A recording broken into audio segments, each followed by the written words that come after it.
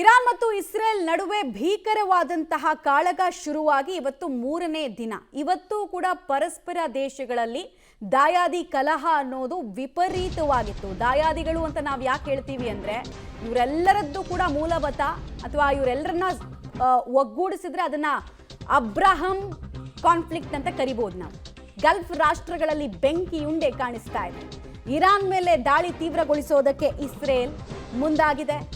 Iran ಮೇಲೆ ತೀವ್ರ ದಾಳಿಗೆ ಇಸ್ರೇಲ್ನ ಸೇನೆ ಐಡಿಎಫ್ ಸಜ್ಜಾಗಿದೆ. ಇಸ್ರೇಲ್ ದಾಳಿಗೆ ಹೆಜ್ಬುಲ್ಲಾ ಕಮಾಂಡರ್ ಹತ್ಯೆ ಆಗಿರೋದ್ರ ಮಾಹಿತಿ ಕೂಡ ಲಭ್ಯ ಆಗ್ತಾ ಇದೆ. ಇಸ್ರೇಲ್ ಪ್ರಿಯೆಂಪ್ಟಿವ್ ಸ್ಟ್ರೈಕ್ಗಳನ್ನು ಮಾಡ್ತಾ ಇದೆ. ಅಂದರೆ ತನ್ನ ಮೇಲೆ ಯಾರಾದರೂ ದಾಳಿ ನಡೆಸಿ ಆಮೇಲೆ ನಾವು ಹೊಡೆಯೋಣ ಅನ್ನೋ ರೀತಿಯಲ್ಲಿ ಇಲ್ಲ. ಯಾರಾದರೂ ದಾಳಿಗೆ ಆಲೋಚನೆ ಮಾಡ್ತಾ ಇದ್ರೆ ಅವರನ್ನು ಮುಗಿಸ್ತೀವಿ ಅನ್ನುವಂತಹ ಧಾವಂತ ಇಸ್ರೇಲ್ನಲ್ಲಿ ಕಂಡು ಬರ್ತಾ ಇದೆ. ಇಸ್ರೇಲ್ ಯುದ್ಧ ನೀತಿನೇ ಹೀಗೆ. ಇರಾನ್ ಜೊತೆಗೆ ಯಾರಾದರೂ ಗುರುತಿಸ್ಕೊಂಡ್ರೆ ಸಾಕು ಅವರನ್ನು ಟಾರ್ಗೆಟ್ ಮಾಡೋದಕ್ಕೆ ಶುರು ಮಾಡುತ್ತೆ ಇಸ್ರೇಲ್. ಅದೇ ರೀತಿ ಈಗ ಹೆಜ್ಬುಲ್ಲಾ ಕಮಾಂಡರ್ ಒಬ್ಬನ ಹತ್ಯೆ ಆಗಿರೋದ್ರ ಬಗ್ಗೆ ಮಾಹಿತಿ ಸಿಗ್ತಾ ಇದೆ. ಎಲ್ಲೆಲ್ಲೂ ಕೂಡ ಬೆಂಕಿ ಮಳೆ, ಹೊಗೆ, ಯುದ್ಧ ಸೃಷ್ಟಿ ಮಾಡಬಹುದಾದ ಭೀಕರತೆ ಮತ್ತೊಮ್ಮೆ ಕಾಣಿಸ್ತಾ ಇದೆ. ನಾವು 1948 ಇಂದ 89 ತನಕ ಕೂಡ ಮಧ್ಯಪ್ರಾಚ್ಯದಲ್ಲಿದ್ದಂತಹ ಕಾನ್ಫ್ಲಿಕ್ಟ್ಗಳ ಕಥೆಗಳನ್ನು ಕೇಳಿದ್ದೀವಿ. ಅದು ಮತ್ತೆ ಮರುಕಳಿಸಿದ ಹಾಗೆ ಅನುಭವ ಆಗ್ತಾ ಇದೆ. ಯಾಕಂದರೆ ಅಮೆರಿಕ ಸೇನಾ ನೆಲೆಗಳ ಮೇಲೆ ಇರಾನ್ ತನ್ನ ದಾಳಿಯನ್ನು ಮುಂದುವರಿಸಿದೆ. ಕುವೈತ್ನ ರಾಯಭಾರ ಕಚೇರಿ ಬಳಿ ಸ್ಫೋಟದ ಶಬ್ದ ಕೇಳಿಸಿದೆ. ಕುವೈತ್ನಲ್ಲಿ ಅಮೆರಿಕದ F-15 ಫೈಟರ್ ಜೆಟ್ ಪತನವಾಗಿದೆ. ಯುದ್ಧ ವಿಮಾನದಿಂದ ಪೈಲಟ್ ಎಜೆಕ್ಟ್ ಆಗಿದ್ದಾರೆ, ಅಂದರೆ ಜಿಗಿದಿದ್ದಾರೆ ಅನ್ನೋದು ಗೊತ್ತಾಗ್ತಾ ಇದೆ. ಅಮೆರಿಕದ F-15 ಹೊಡೆದುರುಳಿಸುವುದಾಗಿ ಇರಾನ್ ಹೇಳಿಕೆಯನ್ನು ಕೊಟ್ಟಿದೆ. ಯಶಸ್ವಿ ಆಗಿದೆ, ನಾವು ಅಮೆರಿಕಕ್ಕೂ ಹಾನಿ ಮಾಡ್ತಾ ಇದ್ದೀವಿ ಅನ್ನೋದನ್ನ ಇರಾನ್ ಹೇಳ್ತಾ ಇದೆ. ಆ ಮೂಲಕ ಅಮೆರಿಕಕ್ಕೆ ಸೆಡ್ಡು ಹೊಡೆಯೋದನ್ನ ಮುಂದುವರಿಸಿದ್ದಾರೆ ಇರಾನ್ ಸೇನೆ.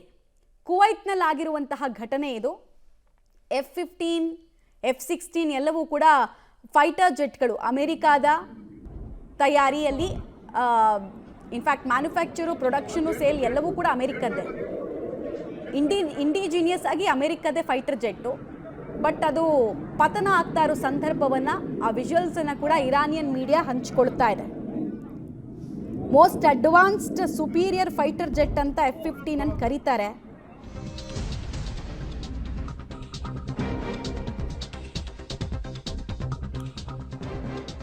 ನೋಡಿ, ಕುವೈತ್, ಕತಾರ್, ಬಹ್ರೇನ್, UAE ಮೇಲೆ ಇರಾನ್ ದಾಳಿಯನ್ನು ಮುಂದುವರಿಸಿದೆ. ಟೋಟಲ್ ಆಗಿ 9 ರಾಷ್ಟ್ರಗಳಲ್ಲಿ ಯುದ್ಧದ ಸ್ಥಿತಿ ನಿರ್ಮಾಣ ಆಗಿದೆ. ಇರಾನ್ನ ಕಾರಣಕ್ಕೆ ನಿರಂತರವಾಗಿ ದಾಳಿ ಮಾಡ್ತಾ ಇದೆ ಇರಾನ್. ಯಾರನ್ನೂ ಬಿಡಲ್ಲ, ಕಿಸಿಕೋ ನೈ ಚೋಡುಂಗಿ ಅನ್ನೋ ರೀತಿಯಲ್ಲಿ ಇರಾನ್ ವರ್ತಿಸ್ತಾ ಇದೆ. ಖಮೇನಿ ಹತ್ಯೆಯ ಪ್ರತೀಕಾರ ಇದೆ, ಹೀಗೆ ನಾವು ತಗೊಳ್ಳೋದು ಅಂತ ಹೇಳಿ ಒಂದು ಹಂತಕ್ಕೆ ವಿವೇಚನಾ ರಹಿತವಾಗಿ ಕೂಡ ದಾಳಿಗಳನ್ನು ಮಾಡ್ತಾ ಇದೆ. ಯಾಕಂದ್ರೆ ಈಗ ಸಿಟ್ಟಿರೋದು ಯಾರ ಮೇಲೆ? ಇರಾನ್ಗೆ, ಅಮೆರಿಕ ಮತ್ತು ಇಸ್ರೇಲ್ ಮೇಲೆ. ಬಟ್ ಇರಾನ್ ದಾಳಿ ಮಾಡ್ತಿರೋದು ಯಾರ ಮೇಲೆ? ಮಿಡಲ್ ಈಸ್ಟ್ನಲ್ಲಿರುವಂತಹ ಇತರೆ ನಾಗರಿಕರ ಸ್ಥಳಗಳ ಮೇಲೂ ಕೂಡ ದಾಳಿ ಮಾಡ್ತಾ ಇದ್ದಾರೆ. ಯುದ್ಧ ನೀತಿಯನ್ನ ಎರಡೂ ಕಡೆ ಉಲ್ಲಂಘನೆ ಮಾಡಿರೋದು ಸ್ಪಷ್ಟವಾಗ್ತಾ ಇದೆ. ರೆಸಿಡೆನ್ಷಿಯಲ್ ಏರಿಯಾಗಳಲ್ಲಿ ಈಗ ರಾಕೆಟ್ ಮತ್ತು ಫೈಟರ್ ಜೆಟ್ಗಳ ಅವಶೇಷಗಳು ಬಂದು ಬೀಳೋದಕ್ಕೆ ಶುರುವಾಗಿದೆ. ಮಿಸೈಲ್ಗಳ ಡೆಬ್ರೀಸ್ ಬಂದು ಬೀಳೋದಕ್ಕೆ ಶುರುವಾಗಿದೆ.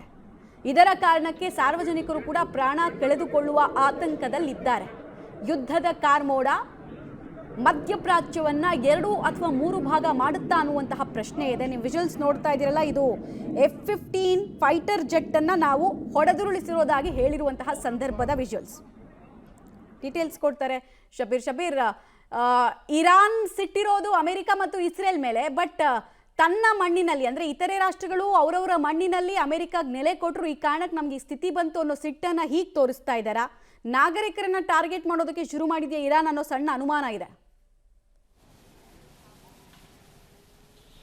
ನೋಡಿ, ಈಗ ಇರಾನ್ಗೆ ಒಂದು ಅನಿವಾರ್ಯತೆ ಸೃಷ್ಟಿಯಾಗಿರುವಂಥದ್ದು. ಆ ಅನಿವಾರ್ಯತೆ ಏನು ಅಂದರೆ ಅಮೆರಿಕದ ಮೇಲೆ ನೇರವಾದಂಥ ಪ್ರತೀಕಾರವನ್ನು ತೀರಿಸ್ಕೊಳ್ಳದೆ ಇರುವಂಥ ಸನ್ನಿವೇಶಗಳಿದ್ದಾವೆ. ಯಾಕೆಂದರೆ ಇರಾನ್ನಲ್ಲಿ ಕೂತು ನೀವು ಯಾವುದೇ ಮಿಸೈಲ್ಗಳನ್ನು ಲಾಂಚ್ ಮಾಡಿದರೂ ಕೂಡ ಅದು ಅಮೆರಿಕದವರೆಗೂ ಹೋಗಿ ತಲುಪಲಿಕ್ಕೆ ಸಾಧ್ಯ ಇಲ್ಲ. ಹೀಗಾಗಿ ಮಿಡ್ಲ್ ಈಸ್ಟಲ್ಲಿ ಬೇರೆ ಬೇರೆ ದೇಶಗಳಲ್ಲಿರುವಂತಹ ಅಮೆರಿಕದ ಸೇನಾ ನೆಲೆಗಳನ್ನು ಟಾರ್ಗೆಟ್ ಮಾಡಿ ಈ ದಾಳಿಯನ್ನು ನಡೆಸುವಂಥ ಕೆಲಸವನ್ನು ಮಾಡ್ತಿದ್ದಾರೆ. ಅದರ ಪರಿಣಾಮ ಈಗ ಮಿಡ್ಲ್ ಈಸ್ಟಲ್ಲಿ ಒಂದು ರೀತಿ ಉದ್ವಿಗ್ನ ಪರಿಸ್ಥಿತಿ ನಿರ್ಮಾಣ ಆಗಿರುವಂಥದ್ದು. ದುಬೈ ಆಗಿರ್ಬೋದು, ಬಹ್ರೈನ್ ಆಗಿರ್ಬೋದು, ಕತಾರ್ ಆಗಿರ್ಬೋದು, ಈ ಒಂದು ಯುದ್ಧದಲ್ಲಿ ನೇರವಾಗಿ ಯಾವುದೇ ಸಂಬಂಧಗಳು ಇಲ್ಲದೆ ಇದ್ರೂ ಕೂಡ ಆದರೆ ಅದರ ಪರಿಣಾಮಗಳನ್ನು ಅನುಭವಿಸಬೇಕಾದಂಥ ಸನ್ನಿವೇಶಗಳು ನಿರ್ಮಾಣ ಆಗಿದ್ದಾವೆ.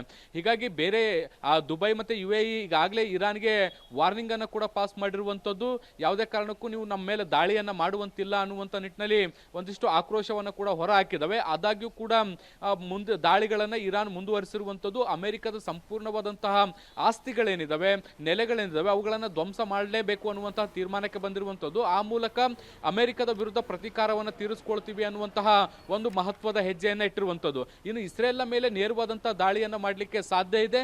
ಇದರ ಜೊತೆಗೆ ನೆರೆಯ ದೇಶಗಳಲ್ಲಿರುವಂತಹ ಹಮಾಸ್, ಹೌತಿ, ಹೆಜ್ಬುಲ್ಲಾ ಅನ್ನುವಂಥ ಸಂಘಟನೆಗಳ ಮೂಲಕ ಇಸ್ರೇಲ್ನ ಮೇಲೆ ದಾಳಿಯನ್ನು ನಡೆಸುವಂಥ ಕೆಲಸವನ್ನ ಇರಾನ್ ನೇರವಾಗಿ ಮಾಡ್ತಾ ಇದೆ. ಆದರೆ ಅಮೆರಿಕದ ಮೇಲೆ ಪ್ರತೀಕಾರಕ್ಕಾಗಿ ಈ ಒಂದು ಮಾರ್ಗವನ್ನು ಹಿಡಿದಿರುವಂತಹ ಹಿನ್ನೆಲೆಯಲ್ಲಿ ಒಟ್ಟಾರೆ ಮಿಡ್ಲ್ ಈಸ್ಟ್ ಏನಿದೆ, ಮಧ್ಯಪ್ರಾಚ್ಯದಲ್ಲಿ ಒಂದು ರೀತಿ ಬೆಂಕಿ ಹೊತ್ತಿ ಉರಿತಾ ಇರುವಂಥದ್ದು. ಮಮತಾ, ರೈಟ್. ಹಾಗೆ ಸಂಪರ್ಕದಲ್ಲಿರಿ ಶಬೀರ್.